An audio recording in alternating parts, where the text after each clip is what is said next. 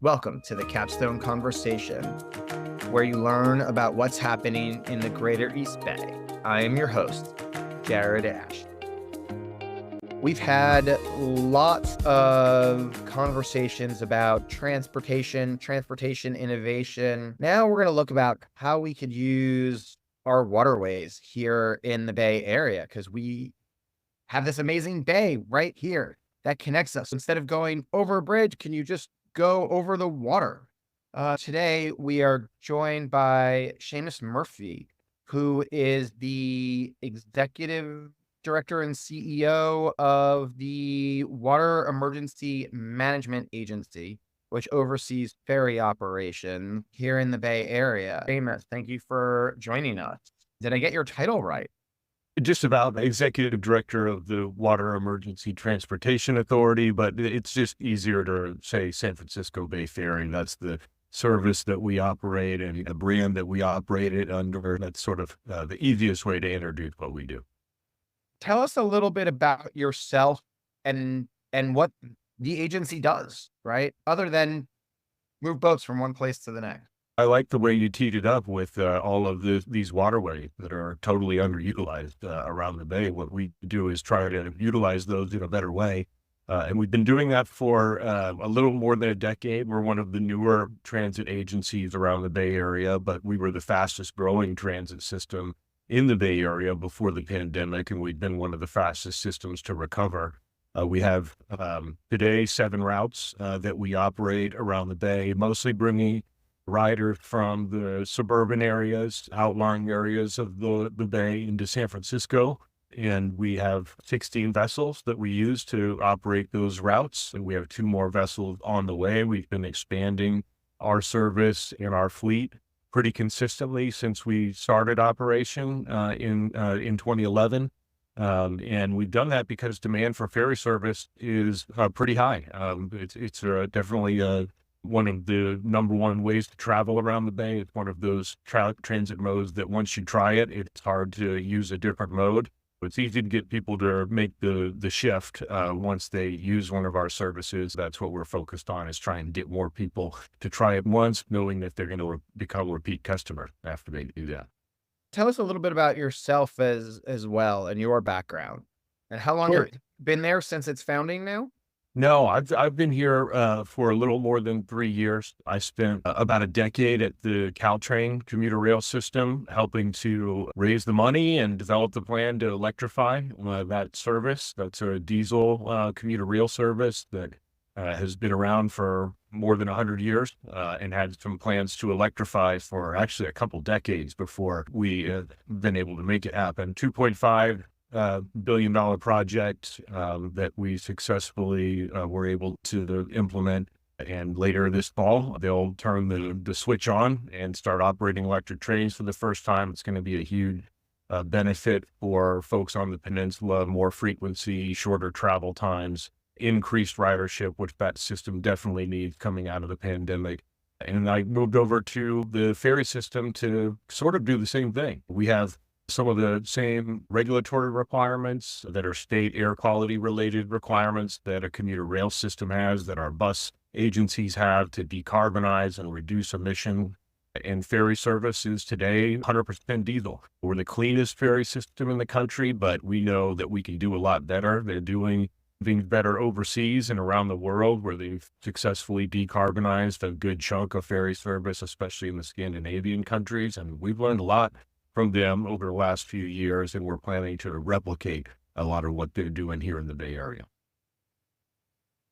Let's follow that path for a minute. How do you get to zero emissions in your operations? There's a few ways to do it. There's first ways to reduce emissions, even with a diesel fleet. And that's something that San Francisco Bay Ferry has been a leader on nationally. We have developed vessels with hull designs that are very efficient, catamaran style hull designs that use less energy and therefore less fuel. Our newest vessels, which we have the first 2 that have been delivered over the past couple of years. They're 40% more fuel efficient than vessels that were just built 6 years ago.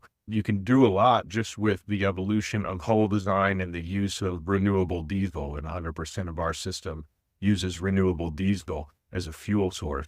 But what we ultimately need to do is go to zero emission. And there are some different ways to do that. There are alternative fuels like hydrogen that will allow you to operate with zero emissions. There's battery electric technology that will allow you to operate with zero emissions. It depends on what the use case is. One thing that we did is we made a decision that we didn't want to go down that road, or one road or another, until we had seen it operate successfully somewhere else in the world. Hydrogen technology is still pretty new in the maritime space. There's only one hydrogen passenger-only fast ferry that exists in the world. We actually happen to be leasing it, and we're going to start operating it as a demonstration project for 6 months on the San Francisco waterfront starting in June. And we have a lot of hope that hydrogen can be a technology that advances and evolves so that it will be usable in the maritime space in a way that would work for our system, especially for some of our longer distance routes. But we've seen battery electric proven out. We have enough experience around the world with battery electric technology in the ferry space that we know it works. We know it can be done. As soon as we saw, as an agency, the Norwegians operate a vessel called the Medstrom, which goes 26 knots, sort of in the sweet spot for our Central Bay routes between Oakland and Alameda and San Francisco. It can maintain that speed for an hour before it needs to be recharged. And that's exactly what we need. We needed to see vessels that would operate at higher speeds, even though batteries are really heavy. And to do that, we needed battery technology to evolve to become more energy dense and lighter so that it wouldn't be a drag on vessel speed. We also needed the recharge time to improve and that rapid charging technology to improve. And we've seen it happen now, and it's been put into practice. There are vessels operating around the world that are battery electric, and they're operating really successfully with reduced costs for maintenance. Anybody who owns an electric car knows that you're not maintaining. It requires much less maintenance than a fuel-based engine, and so we're going to expect to see some of those same benefits here. We immediately started raising money for our conversion to battery electric technology when we saw that it was proven out around the world. And over the last 2 years, we've raised $125 million to build our first 5 electric vessels. 3 of them will be smaller, 150 passenger vessels that will operate on some of our shortest routes, some of the new routes in the Bay Area, connecting Treasure Island with San Francisco, for example, connecting the Mission Bay neighborhood with the ferry building so that there's a last mile solution to a neighborhood that's growing very quickly in San Francisco and doesn't have a lot of transit connections. 3 of those vessels will be built over the next year and a half, and 2 400 passenger vessels will be built after that. And those will be the first battery electric vessels in our fleet. About half of the funding we've raised is for the vessels themselves. The other half is for the charging infrastructure. It's a real challenge when you talk about needing to bring, in our case, 50 megawatts of new power to the waterfront. Turns out that's quite a bit, and it's pretty to update the grid and extend the grid so that we can charge banks of batteries that will be on our floats and will trickle charge during the night when electricity is pretty cheap compared to daytime. And then they'll be charged and be able to fully support the operation of our electric vessels during the day. Our vessels will rapid charge during, for 5 or 10 minutes during dwell time when passengers are loading and unloading, and be able to make the full completion of their service day. And after that, they'll recharge again overnight and rinse and repeat. We're excited about it. We'll be the first system in the country to operate zero emission ferries as a part of a network like this. I think our ferries will be the best in the world, probably for only 4 or 5 months until somebody figures out a way to evolve the technology even further. And that's okay. That's the way this stuff is supposed to work. One other question on the goal of zero emissions. if you're going to put 50 megawatts of power, that's roughly 10 megawatts per, vehicle based on the five. I know some are bigger than others. That's a lot of power. How do you get the mix of clean power? Is that all going to be microgrid based? Are you pumping it in with PG&E? How's all that work? The good news is we don't need 50 megawatts just to support those 5 vessels. The 50 megawatts is a one-time investment in the infrastructure, including the rapid charging infrastructure on our floats. And that infrastructure is going to support the operation of maybe 20 vessels over. We're going to grow, we're going to expand, we're going to increase the size of our fleet, we're going to operate to new places around the bay. And we want to do that with zero emission vessels. We've bought our last diesel vessel. We have 2 under construction right now. And once they're delivered, everything that we build after that will be zero emission. We know from our analysis, 50 megawatts is plenty to be able to support that expansion. The first 5 vessels actually can run with some existing shore power even while those upgrades are being made. And the 50 megawatts is not all in one place. There's about 20 or 25 in downtown San Francisco where we have the biggest need. And then the rest is spread out at terminals throughout our network in Alameda, where we have 3 terminals, Oakland, Richmond, Berkeley. When we bring that terminal online, it's an expansion project that we're pursuing. And the mix of renewable electricity that's coming from the grid really depends on the utility. In San Francisco's case, 100% of the commercial energy electricity is produced from renewable sources. Other utilities have different mixes. Ultimately, everybody is shifting towards 100% renewable sources of electricity, and we're confident that that can be done and that our system can be truly zero emission, even when you account for the production of the energy that we're using. Talk about the riderships and route planning. First part of that is how does the experience, the speed, the time from point A to point B compare to BART, bus, and the convenience of it all? Yeah, it's a great question. We know we have to be competitive. Traveling on the ferry is a pretty good way to travel, and we have a 99% customer satisfaction rating for a public transit system. It's the best in the country, and we want to keep it that way.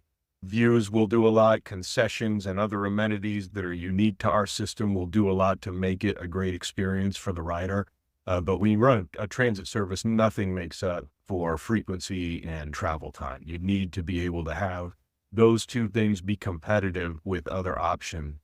We count as our competition driving alone, carpooling. All of those options are available to people. We think they ought to be choosing a ferry. We want to give them a reason to do that. Increasing frequency of our service is something that we have aspirations to do. We have aspirations to improve travel time, and we have aspirations to go to more places so that we can be a convenient travel mode of choice for more riders.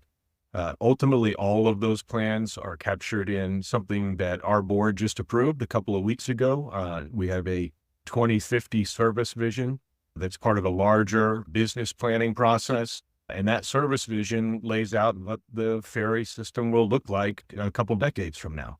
And the vision that we have is pretty expansive. Number one, all of the routes that we're operating today are going to be better. They're going to be more frequent. They're going to be operated with zero emission service, and the travel times should be improved as technology improves.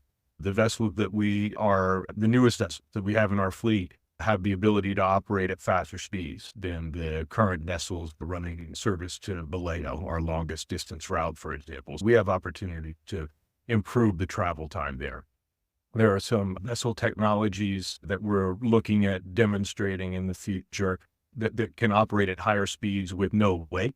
And there's some areas of our service that are limited in terms of speed because of the wake, the areas that require no wake, like the Napa River area of Vallejo. And a full oil vessel doesn't produce any wake when it's going 40 knots. So that's something that we're excited about as an opportunity to reduce travel time. Ultimately, frequency is, the number one thing that riders want to see out of our transit system. The sweet spot is every 15 minutes. If you know you don't need to check a schedule and you can just show up and there's going to be a trip that's leaving from a station and get you where you want to go, that's where you see exponential increases in ridership demand. And that's ultimately where we would like to be. We're going to start looking at frequencies in that neighborhood with the new waterfront service in San Francisco that connects the fastest growing neighborhood in Mission Bay with the next fastest growing neighborhood in Treasure Island and the Ferry building. We're pretty excited about the ridership demand potential there. Those are neighborhoods that are on the waterfront that are not easily accessible by car or by other transit modes. And we can make those trips in, 7 to 10 minutes. We think that there's going to be a significant demand there as neighborhoods are built out. As you expand the service in that 10-year plan, can you get further around the Bay Area? Like, can you get into Pittsburgh, Antioch, Oakley, which are connected through the Student Bay? Can you get up to Rio Vista on the Sacramento River or up to Napa through the inlets there? Or is there that limit you were sort of talking about with no wakes or areas? 'Cause get up the Sacramento River and bring people in, that's changing a lot, or get over to the East County of Contra Costa. There are some challenges for sure. Just like we know we're seeing all of the fastest growing neighborhood in the Bay Area, a lot of them happen on the waterfront in places like Mare Island and Alameda. We're at the Alameda Point Naval Station or Treasure Island or Mission Bay. Those are all areas that are tailor-made for water transit service. We can go there. Not a lot of other transit modes can go there and operate as effectively or as efficiently as we can. But there's some other areas that are right for other transit services where water transit just may not work because of challenges. I think one of the biggest challenges is dredging. Even though there might be waterways, a lot of them in the Bay are really, really shallow. And dredging is, number one, really expensive. Number two, not an environmentally friendly exercise in a lot of cases. So we definitely share the environmental concerns of folks who are worried about over dredging in the Bay Area. That's one reason why we have a project to extend our terminal at the city of Vallejo out further into the Napa River to reduce the amount of dredging that needs to be done in that area, maybe even eliminate it, prevent us from needing to shut down service when we have extreme low tides or when dredging needs to happen. It's going to be a huge improvement for the customers and the riders in Vallejo, but also a major environmental benefit and a huge cost benefit for us because dredging is getting more and more expensive every year, and we seem to need to do it more frequently than we used to. So that's one challenge that we have. It's not an insurmountable challenge. It's something that there are still some expansion opportunities that we know are viable. I know a lot of your audience is from Contra Costa County. And so in the Carquinez Strait, the cities, Antioch, Pittsburgh, Martinez, Hercules, did a study recently to assess the viability of water transit service expansion into those areas. And we didn't learn anything surprising there. We learned that it would be expensive to build the infrastructure needed. We learned that there are some dredging challenge that we would need to manage. And we learned that the operating costs associated with operating that service are significant. But that's okay. We need to quantify those things so that we can understand what the opportunities are. And now that we understand a little bit more about it, what we're interested in doing is not continuing to study the issue, but actually demonstrating a service. As an outcome of that feasibility study, we're looking forward to piloting a service to one of those cities and running maybe some new technology with vessels that we would lease or our existing vessels still to be determined, and connecting those cities, providing a new water transit connection for one of those cities into San Francisco or maybe into some of our other areas that we serve to measure the ridership demand, see if the route has potential to attract more riders or attract riders, period, and see if it can be successful. If it is, those kind of demonstration projects, those pilot programs are services that we want to offer annually, things that we want to test out and maybe make a part of our permanent network if they are successful, if they achieve the metrics and the goals that we would set out at the.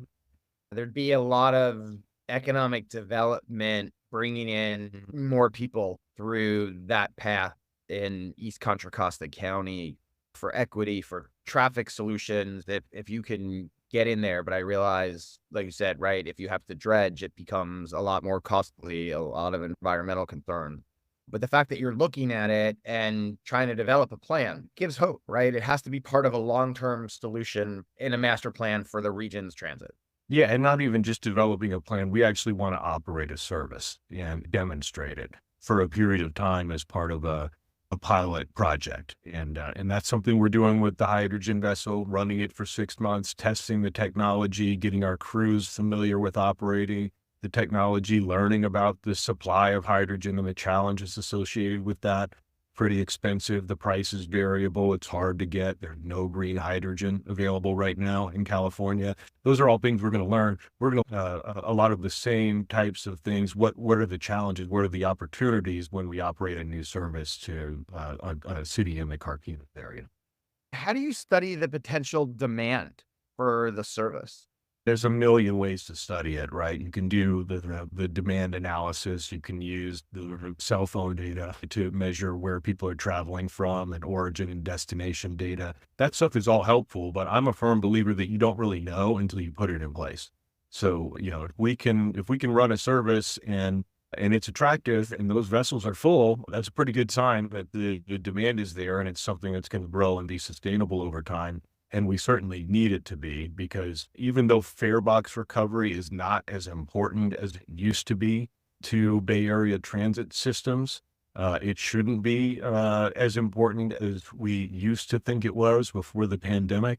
It still is something that we need to think about, because there's only so much subsidy available for public transit in the Bay Area, and we need to make sure that we have a service cost effective at the end of the day.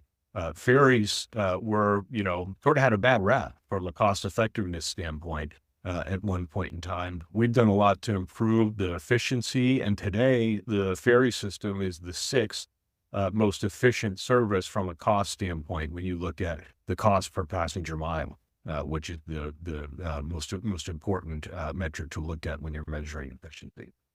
If you build it, they will come. I think that makes sense. It's hard for people to envision something that's not there and how it could be a benefit to them. I like that you could expand it into other areas. Talk about your recovery post-COVID. What do your numbers look like? How does it compare to other transit agencies? We're hitting our high season right now. We're one of those transit systems that has a high season during the summer, and things taper off a little bit in the winter. They're tapering off less than they used to, which is a good thing for us. But we've been one of those agencies that's rebounded really quickly and robustly. We're hitting weeks now, May, that are 100% of pre-COVID levels. We're the fastest growing system in the transit system in the Bay Area in terms of ridership before the pandemic. We're exceeding our 2018 levels regularly, and 2019 levels now that we're hitting the peak season.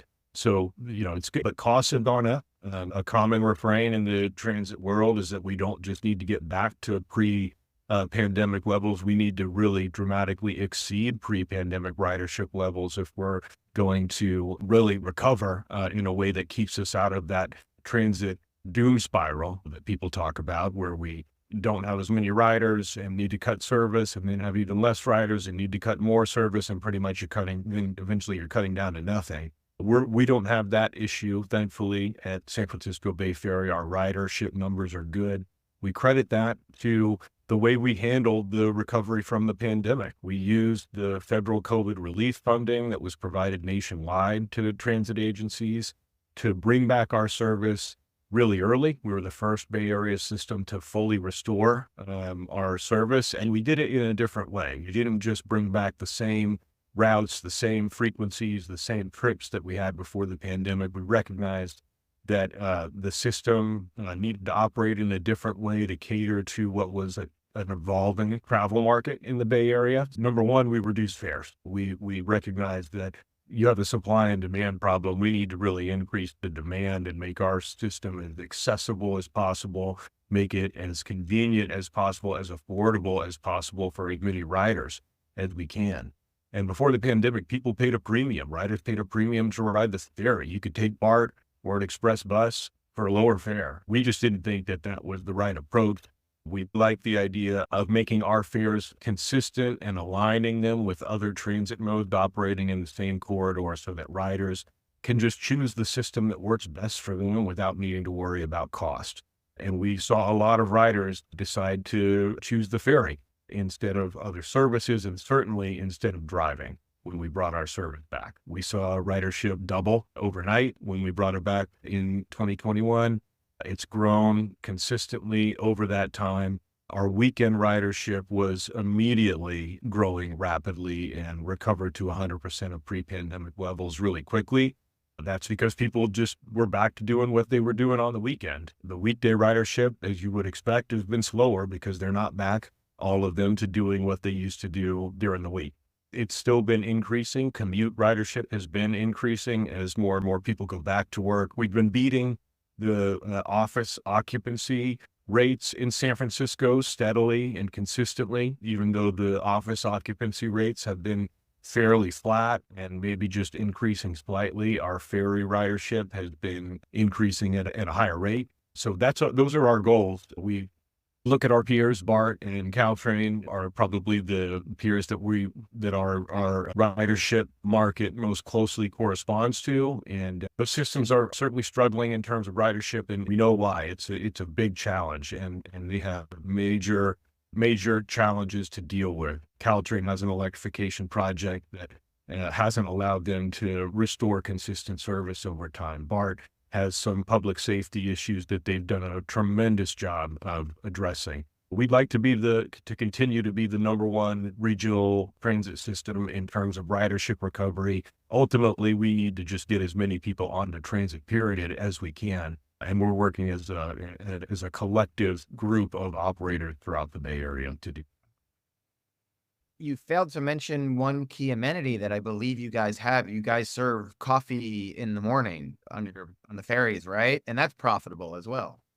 Well, we serve free coffee in the mornings now on many of our ferries. We're constantly looking at ways to improve the rider experience. It sounds like a small thing, but when I started working at the agency 3 years ago, I looked at our customer satisfaction surveys, and they were great. We had 75% approval and a really high level of customer satisfaction. A huge number of the people that were dissatisfied, it was because of the quality of concessions that we were offering on board. We made some immediate changes to that, just upgraded the concessions. We partnered with some craft beer makers in the Bay Area to produce ferry themed beers to celebrate the return of service. We're doing round 2 of Brews with Views promotion, and that's going to start in June. We have Original Pattern in Almanac right next to our Seaplane Lagoon Ferry Terminal in Alameda. They've produced a couple of ferry-themed beers we're going to feature on the system throughout the summer. Hopefully people can ride the system and take advantage of it. And are the beers free too, or just the coffee? The beers are not free.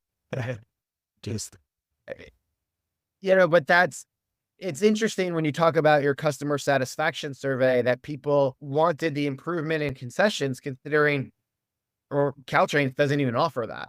Really something that makes the agency stand out. And it's okay if you only have 99%. If you had 100% satisfaction, I wouldn't believe you, because somebody always complains, right? we don't expect we're going to hold that level. It's really hard to hold that level, but so far so good. One of the reasons why we didn't look at operating slower vessels when we convert to electric service, or less frequent vessels when we convert, is that we want to keep those customer satisfaction numbers high. We love going zero emission in the Bay Area. We're all big fans of that. A lot of people choose to ride public transit because of the greenhouse gas benefits that it offers.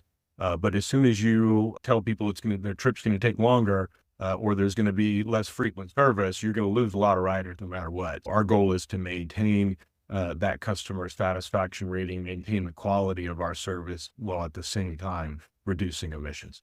Let's talk about the infrastructure and asset your organization manages outside of the city. How could you best utilize that for customer satisfaction and to improve the areas?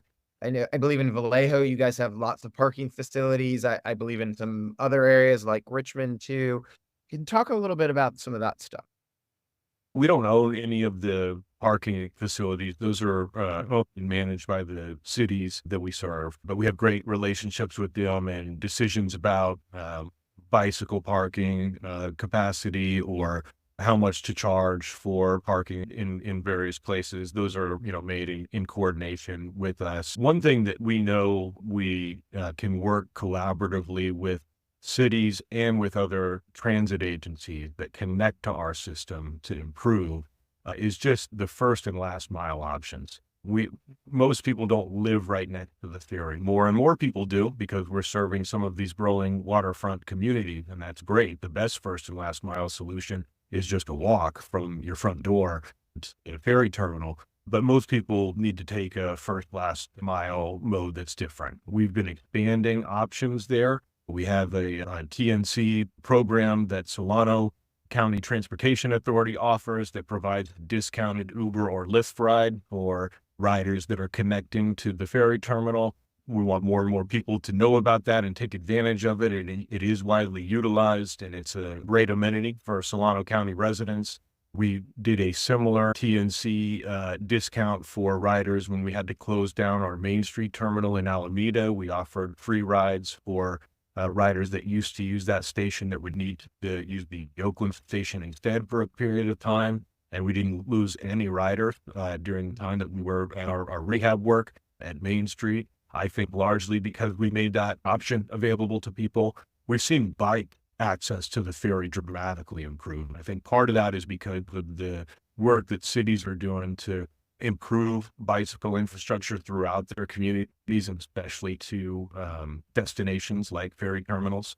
And then part of it is just the proliferation of electric bikes. E-bikes are increasing the catchment area for our riders really dramatically. It used to be that you needed to be a mile away or less to consider a bike commute. That's being expanded really significantly because of the proliferation of e-bikes. A lot of our bicycle space on board is filling up pretty fast. We're looking at ways to expand that so that we can continue to encourage people to use bikes to access the ferry terminal. Transit connections are really important. There's not enough of them. We think that there's opportunities for better coordination between us and the bus agencies and the communities that we serve, shuttles to employers and campuses. That's something that we need to do more of. We're actively pursuing some of those opportunities, and we have a terminal access policy that's in development now. It'll be a part of our larger 2050 business plan, and it'll give us a lot of work to do over the next 20 years to make all of those improvements happen. Let's look forward. I was going to say 10, but maybe it's 20. And the agency is going through this growth phase. You talked a little bit about a growth plan, new destinations. You talked a lot about zero emission vehicles. Where would you and the board look, whether it's 10 years out or 20 years out, and say, wow, we were successful at. We have three themes with our service vision. It's enhance existing service, expand service to new areas, and electrify our service. Starting with the last one, it's absolutely important that we are successful in adopting zero emission battery electric technology on our system, on the routes that we currently serve, and so on some of our expansion routes, and ultimately all of our routes in the future. That number one, in order for us to say, look, we did a good job implementing this vision, we need to achieve that. We need to make that happen. Two, we need to upgrade the service on the routes that we currently operate. We talked about frequency and how important it is. I promise you, if we are operating every 15-minute service on some of our Transbay routes, we're going to see ridership really, really grow. And we need to have the equipment to be able to do that. We need to have the funding to be able to do that. Even though we're the sixth most efficient transit service in terms of cost effectiveness of the 27 that operate around the Bay Area, We can always do a better job at utilizing those resources, and there needs to be more resources made available. There's some folks looking at how to better subsidize transit around the Bay Area, and for us to succeed in enhancing service on those existing routes, more resources, especially on the operating side, need to be made available. And third, we need to go to more places. We have some immediate opportunities, like I mentioned, in Treasure Island and Mission Bay, that we're going to roll out in the near term. We have some next phase of expansion that will extend service to Berkeley and Redwood City. Those are green lines on the map for our service vision. We know that they can be done. We know that the ridership demand is there. We know those routes will be successful. We have very ambitious community partners who are committed and dedicated to doing what needs to be done to make those services happen. And then we have some yellow lines. And I think one thing that we need to do to make that vision successful, if it's going to be successful, some of those yellow lines need to turn green. Lines like the routes to some of our cities in the Carquinez Strait.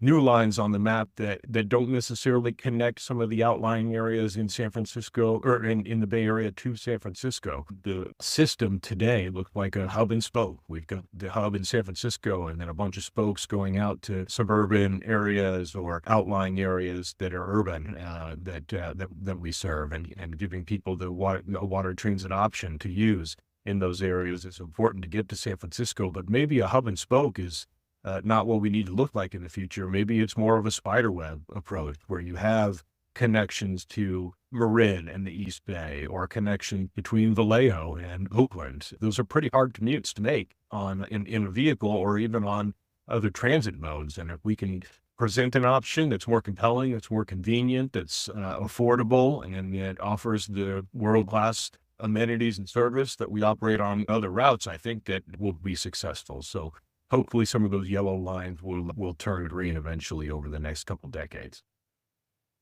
Great vision for success. Anything else you want to share before we head out?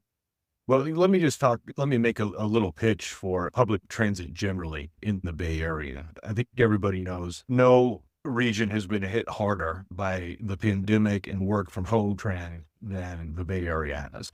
And our transit systems happened to be some of the most successful before the pandemic. We had these super high fare box recovery ratios. And that means that we had systems like San Francisco Bay Ferry, Caltrain, and BART that had really, really good, where a huge percentage of our operating costs were recovered through fare. And nobody else had that. Other regions around the world, other regions around the country didn't have anywhere close to the 60 to 75% fare box recovery ratios that we had. But that success made us really vulnerable to ridership losses and the impact that those ridership losses would have on our ability to maintain service for the essential workers, for folks that need it, for people that don't have the choice to use a car or the choice to work from home. Now that it's still slowly coming back, we need to look like the rest of the country and the rest of the world in terms of how we subsidize transit. The reason why those other regions, those other cities, those other parts around the world could maintain their systems is because they valued it and they paid for it. They subsidized their transit systems in a much more significant way than we do in the Bay Area. And there's some efforts now just to have the Bay Area catch up with the rest of the country, catch up with the rest of the world in terms of how we pay for this vital resource that we provide.